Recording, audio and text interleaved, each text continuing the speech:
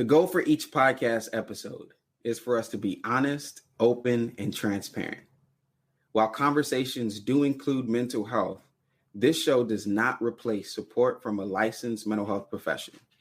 If you feel triggered by any of these conversations, please feel free to take a break from the episode and check in with your support system. I find that as a counselor, if I'm meeting with a student for the first time and they typically haven't had that counseling relationship, it's really important to go over kind of what I can do and what I can't do, because it's not to say, hey, now don't talk. It just means I want to be open with you to say, like, look at kiddo, this is what I can listen to. But if you go into these topics, I'm going to get you support, or I'm going to do this or that. I think that's really important because then it still gives that student agency, control. And that's important for the person to have when they're in a really vulnerable position.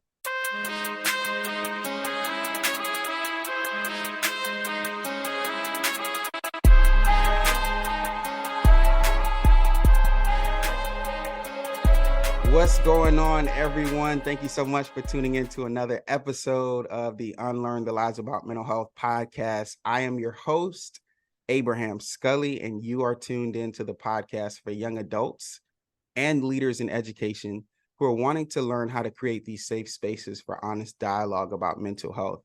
And if you've been listening for some time, you are well aware that these conversations do go deep. And sometimes we laugh together, sometimes we cry together, sometimes we just have these aha moments together. But this podcast episode will be just like any other episode. I have brought on a dynamic guest, and I'm really excited to introduce you all to our guests. And we're going to dive in. So if you are a frequent listener, please feel free to leave some feedback on whatever platform you're listening or watching this podcast. And if this is your first time, welcome. Hit that subscribe button so that you never miss another episode. Without further ado, I want to go ahead and introduce to you all our guest, Kate Estefan. Did I butcher it? Did I butcher it? No, you did fabulous. Most people don't get it right, so that was awesome.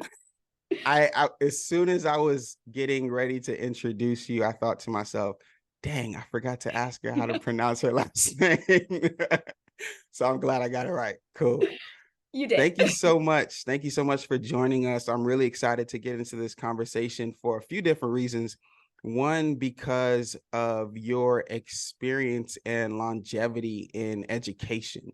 So I was in education, and not many people know this, but I taught sixth grade, and I lasted about a year and a half. Right. And then I realized that there are other things that I'm also passionate about in ways that I'd like to support young people. But you, on the other hand, it's been decades. Right. And I'd love to dive into that story. So if you can just quickly share with us who you are, give us a brief summary and introduction, and then we'll dive into the conversation. Sure. Sounds good. So I'm Kate Estefan. I'm currently a school counselor in a public middle school. I've been doing this for 20 years. It's a lot. I got started in school counseling mainly because I knew I always wanted to work in schools and work with students.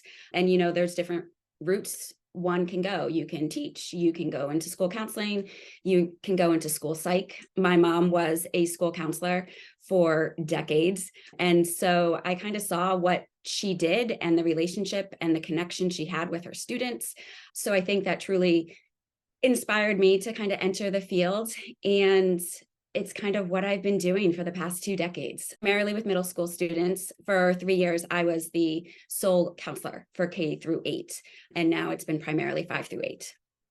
I love it. Well, first of all, thank you for your dedication to our little people. I know that I'm sure whether they say it or not, they appreciate your passion and dedication to them. And I can only see bright things happening when they have good counselors. So please break down for us, because I had a guidance counselor, and that may be different from the role you play as a school counselor. Can you share a little bit of what a school counselor is and what do they do?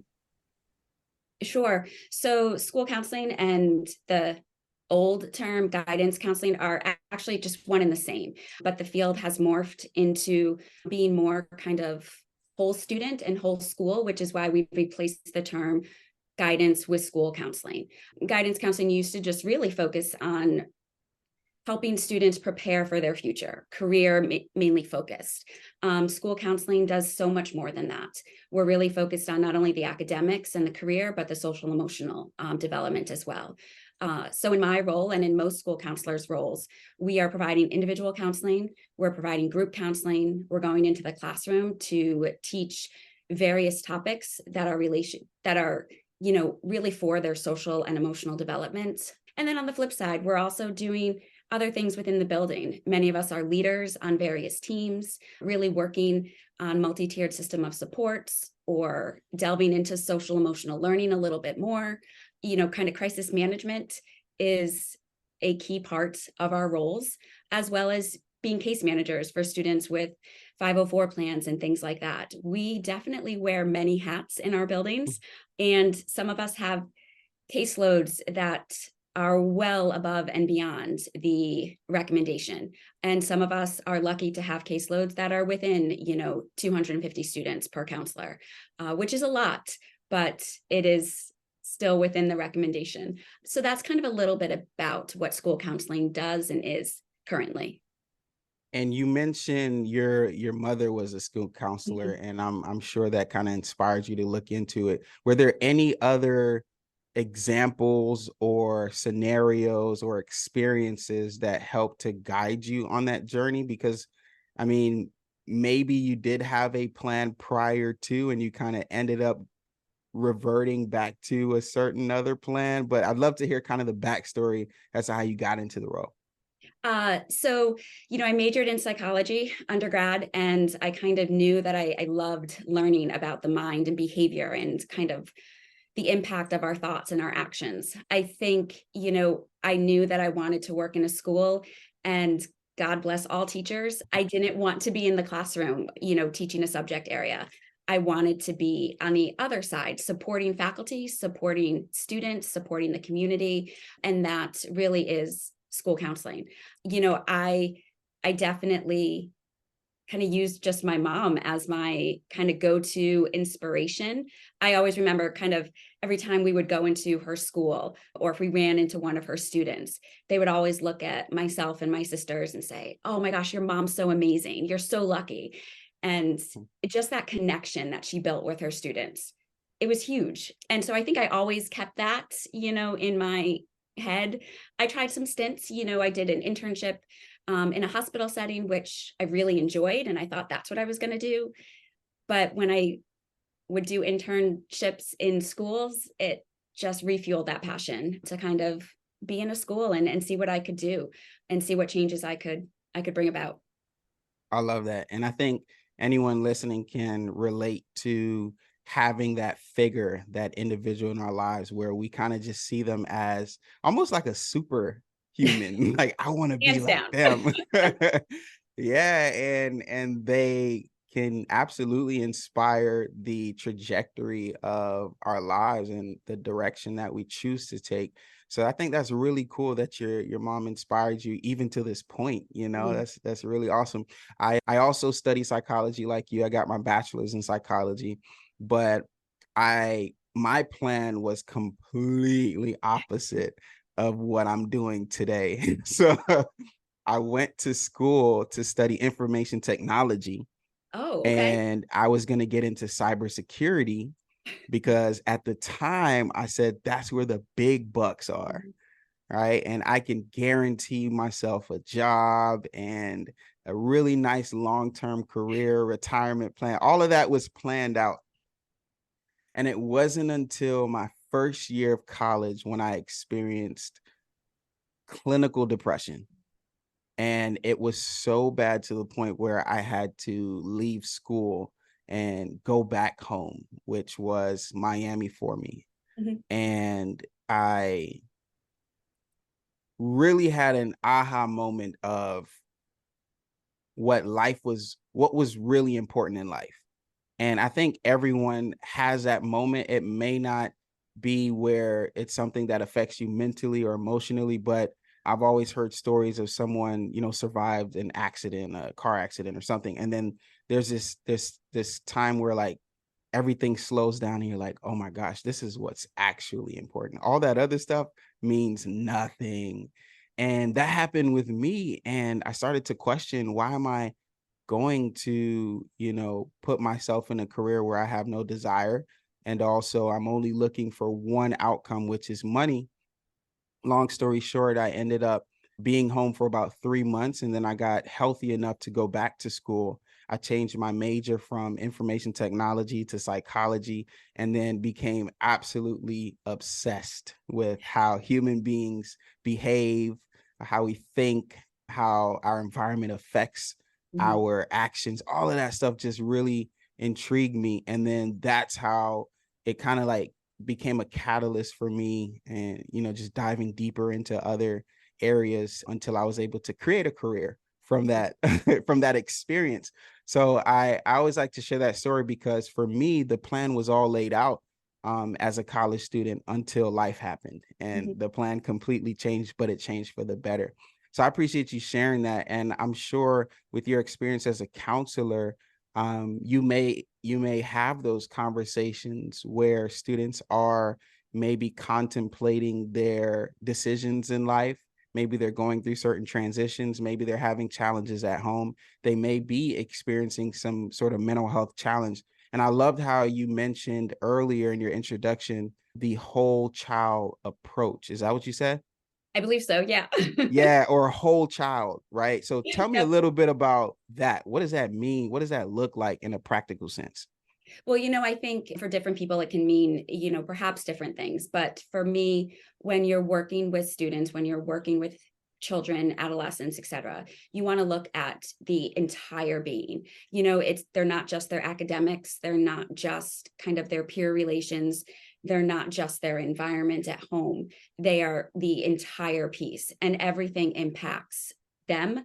They're not independent of one of those things. It's a system. And so when you're able to look at that whole system, you can really then help and see all the puzzle pieces kind of coming together. When you're just focusing on someone's academics or someone's kind of future career, or just kind of the behavior that they're displaying in that moment in the classroom, you might be missing kind of what's really going on, because the behavior is just one part of them. It's not defining of them. So it's really important that we look at that whole person. And I think that goes along with all of our relationships, not just as a school counselor, but just as a human being. If we can just look at people, as their whole person and not just one isolated piece of them. That's so good. It reminds me of social work, where it's this focus on bio, psychosocial, and sometimes spiritual, and understanding that all of these different individual areas of a human being is what affects their ultimate life. But I'm curious to know, when you're looking at the whole child approach and you're working with an individual student, what does that conversation sound like? Are you like going through a checklist of, okay, you know, trying to be holistic in your approach? How does that sound? What does that look like? I think it depends on the student. So, I see students for lots of different reasons. Some students come in because they're struggling in school and they're having a hard time managing and organizing and dealing with all of those executive functioning skills. Other students come in because they're having a hard time and have challenges mental health wise, or there's family dynamics, or there's peer conflicts and so forth. And it's really just trying to get them to feel that they're in a safe place, that they're able to kind of look at what's going on and look at all of the different dynamics. So if they're having a conflict with a peer, that's hard and that's challenging and that's their reality. How is it impacting them in their daily kind of existence in school? Is it impacting their academics? Is it impacting going out to recess? Is it impacting being in the lunchroom? Because that one fight that they had with a friend isn't over in 20 minutes. They're carrying it with them. And then they have to go to math class and take a math test. And if you don't kind of, look at that with them and explore that, then I feel like we're missing that piece, because we want to set them up for success. And so sometimes it's like, okay, you're not ready to go into math class to take that test because of that conflict. So let's look at the big picture. What can we do? And it's just trying to kind of meet them where they're at while not just assuming, oh, you had a fight, it's okay. Like next time it'll get better, and send them on their way. It's just not always as easy as that because we carry that with us. Wow, I love it. So I've never done this before, and as you were talking, I had this aha moment, an idea, and I hope you're willing to just roll along with me. But I would love to do like a role play Okay. of us having a conversation. Do you work mostly with sixth, seventh, or eighth? Right now I'm working all 5 through 8. Okay, 5 through 8. Okay. So I am an eighth grader, and we are in the middle of the school year. I'm projected to graduate if I raise my math Mhm. score. And what you don't know is that in my house, my parents are actually going through a divorce. So I'm displaying these behaviors that many people will see and say I'm being a bad kid because I'm sleeping in class, I'm disrespectful to my teachers, I am getting into verbal altercations with other peers. So let's role play for a little bit Okay. and let's kind of hear what it sounds like. And the reason I say that is because this will be really helpful for listeners, because a lot of challenges I hear from educators is that they're afraid to even have the conversation because they don't know what may come up. And so I think maybe hearing what a conversation could potentially sound like, it may give them some tools to navigate those conversations. What do you think? I think, sure, absolutely. I think it is important to state that I respect that. Educators are in a tough role, especially in the classroom, to meet the needs of all of their students. And it's hard to know how far to go and where to go. And I think a lot of the conversations that I've had with educators and my colleagues is, it's okay to ask questions. And it's okay also to be like, you know what, kiddo, you're going through a rough time. Let's go get some extra support, because I really think going down to school counseling is going to be beneficial. So let me take you down there. So that way they don't feel like they have to hold everything, where they still have to attend to, 20 other students. So there is that balance and so forth. But I agree, it's sometimes hard. You don't know kind of where to go with those conversations. And I love so much that you mentioned that. And I 100% agree. Like, that is better than saying nothing.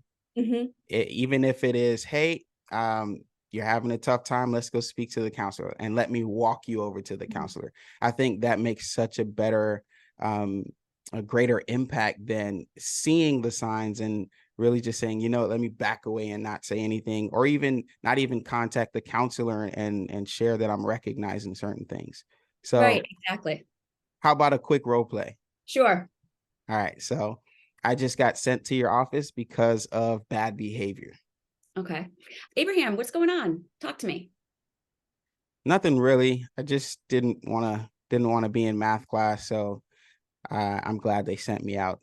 uh, I get that. Not a math fan myself. That's why I'm not a math teacher. What's going on? Are we working on a test? Are we doing assignments? What was going on in math class? It was actually we're working on a group project right now, and I've been having issues with my other three partners in the group, and I'm tired of just going back and forth with them. So my teacher was not, open to switching me into a different group. So I just thought that, I'll just put my head down. So, not willing to kind of delve in and try to work it out and problem solve with those other group members. Yeah, I guess. All right. So, talk to me about those individuals. Do you have other classes with them? I do, and that's part of the reason why I didn't want to be in their group.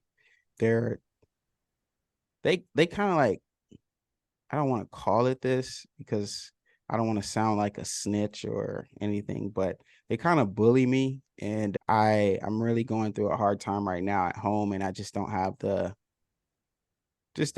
energy to go back and forth with them.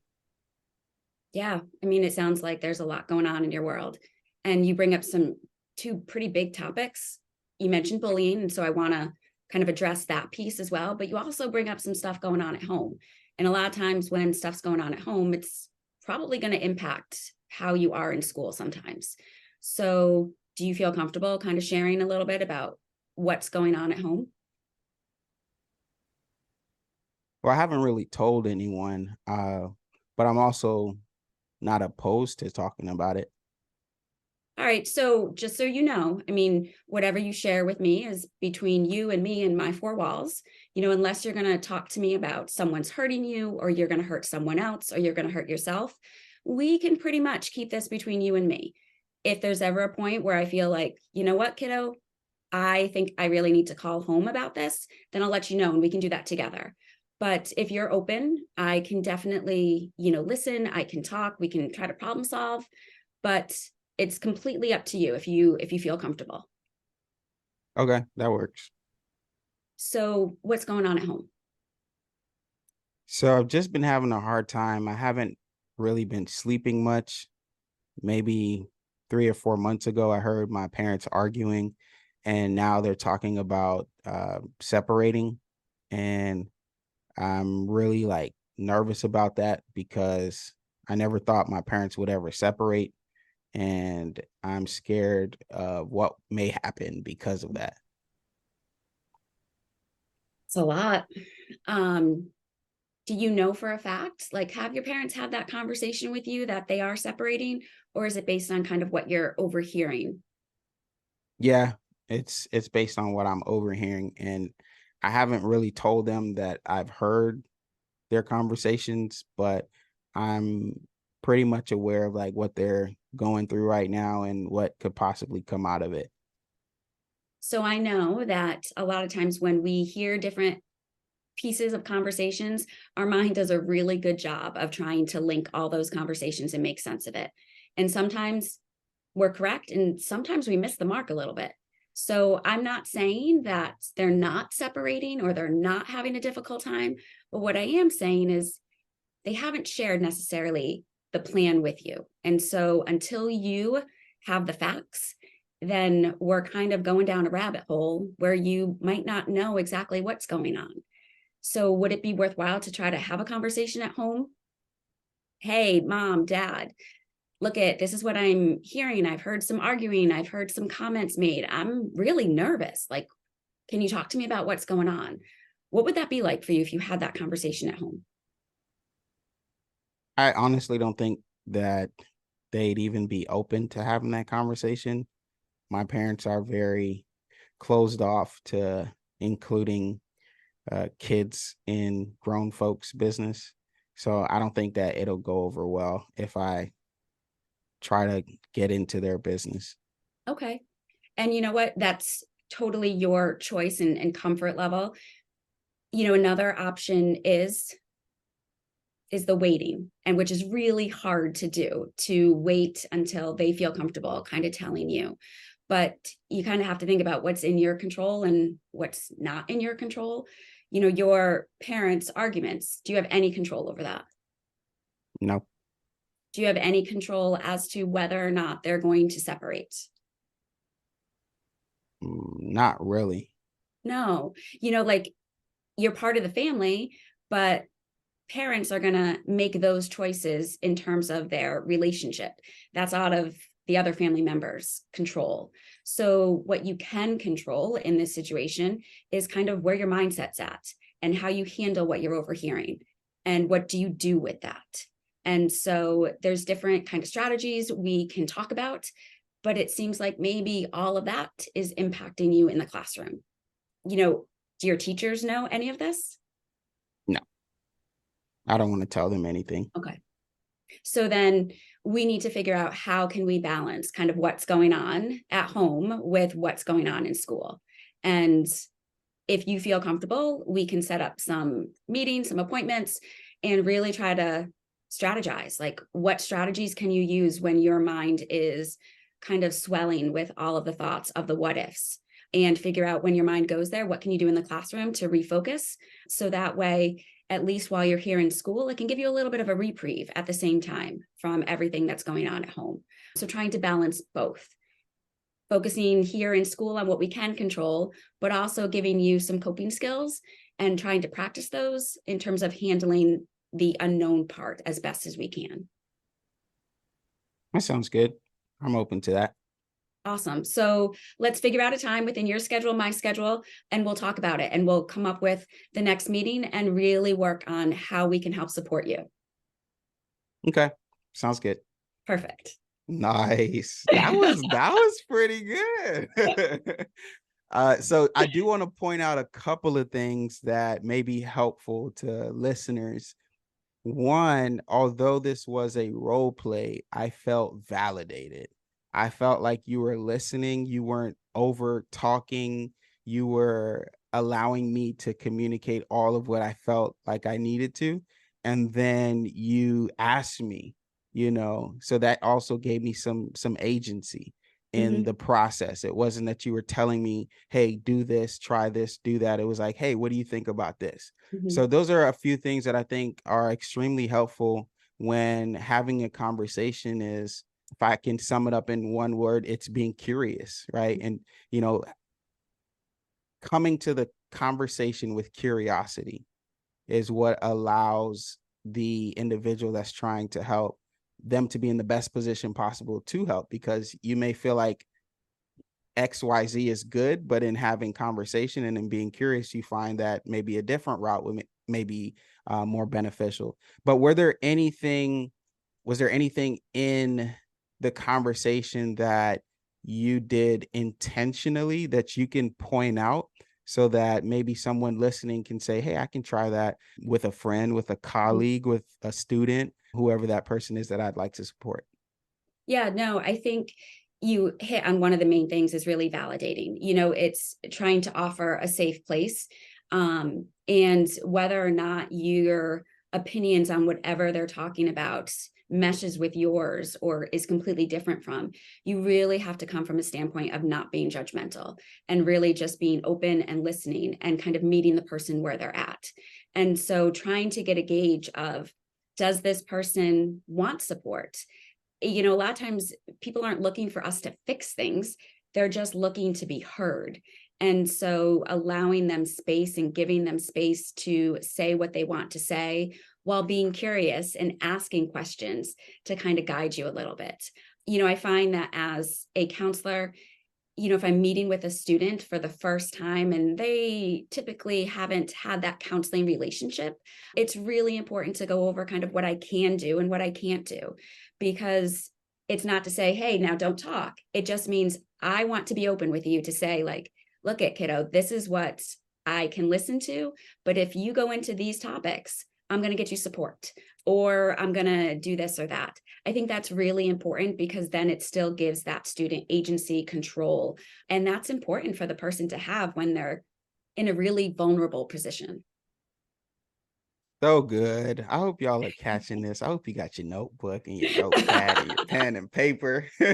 We're definitely going to have you come back, Kate. I want to be respectful of your time, but I have so many questions. I wanted to dive into curriculum and what that looks like, and the importance of curriculum and education that's centered around mental health and well-being and literacy and all those things, but we don't have time for that. So I have three questions. Yeah, we Okay. can do three. We can do three more. Would you be open to coming back on the show? Absolutely. Yes. Let's do it. Okay. So next question. So this is a hot topic. It doesn't matter what level of education.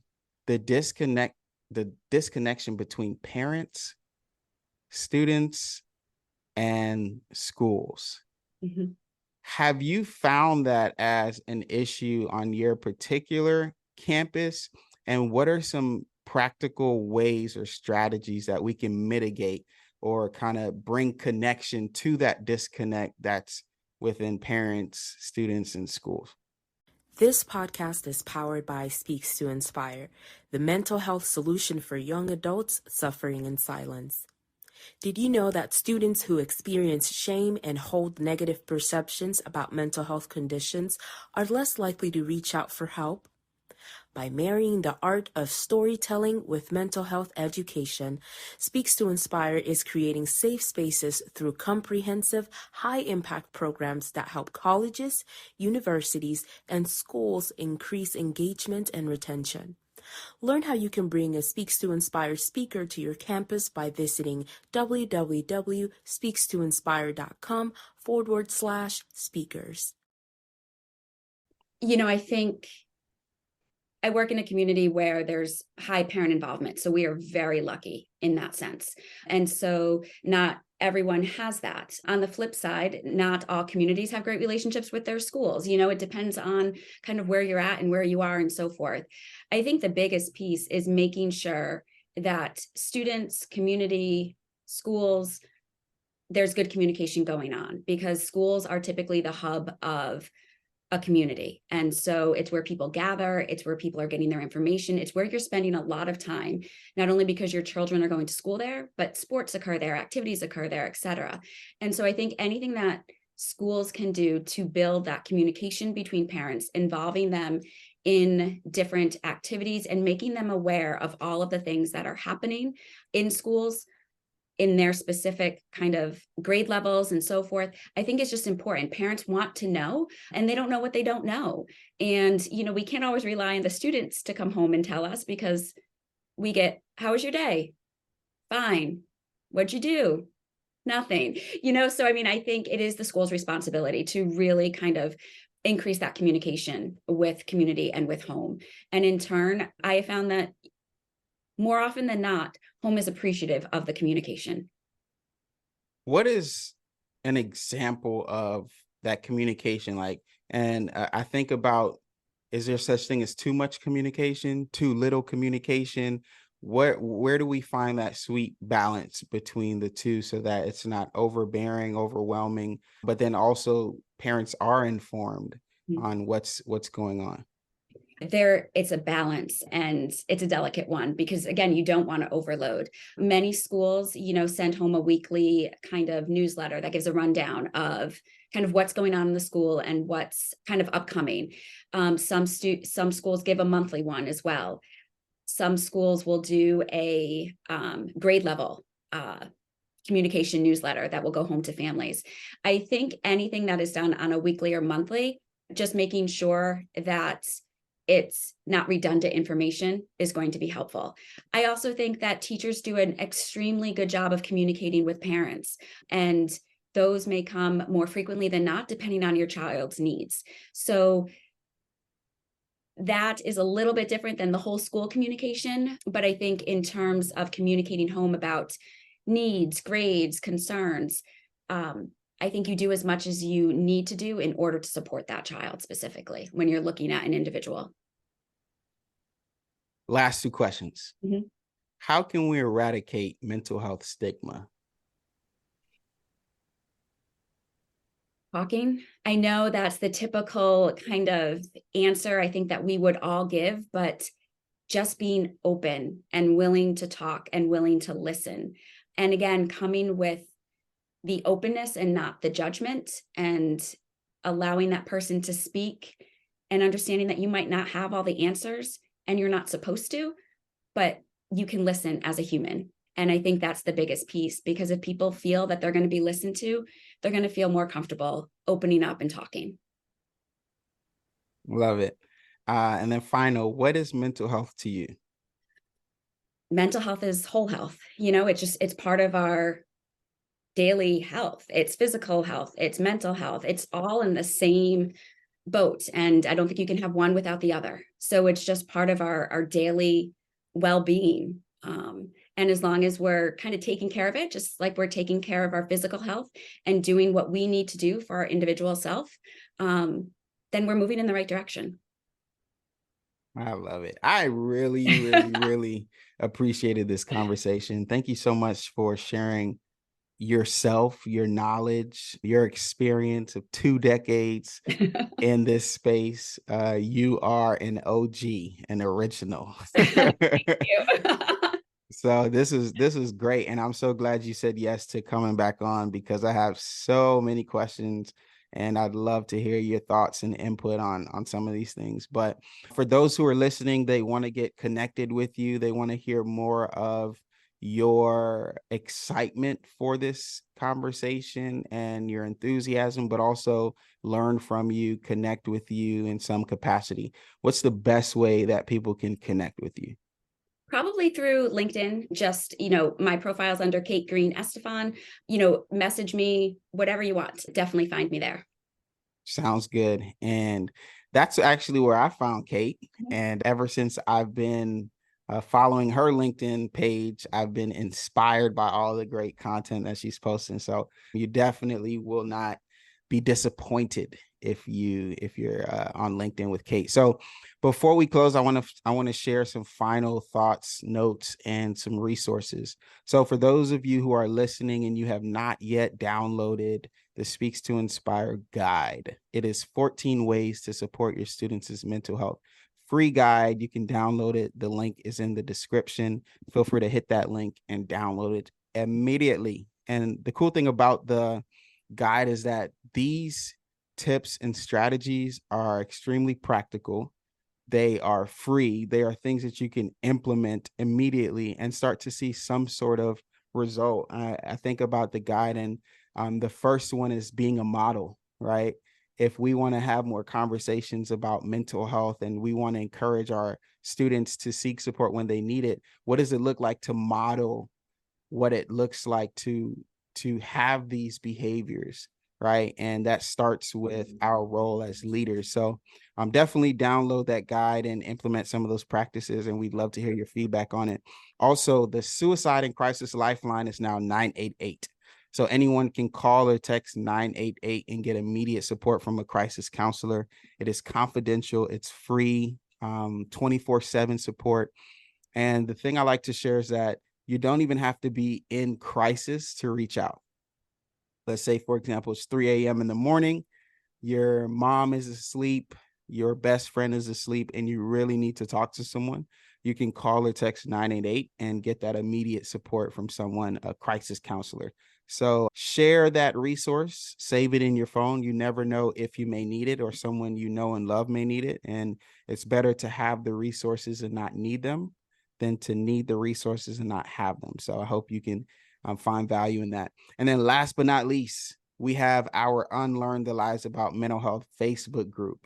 So if you want to continue these conversations, you want to connect with other guests who've been on the podcast and other mental health advocates from all over the country, go on Facebook and search Unlearn the Lies About Mental Health.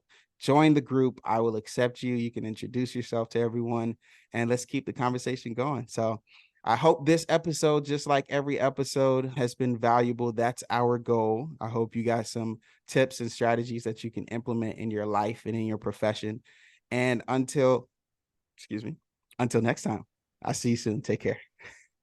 Take care.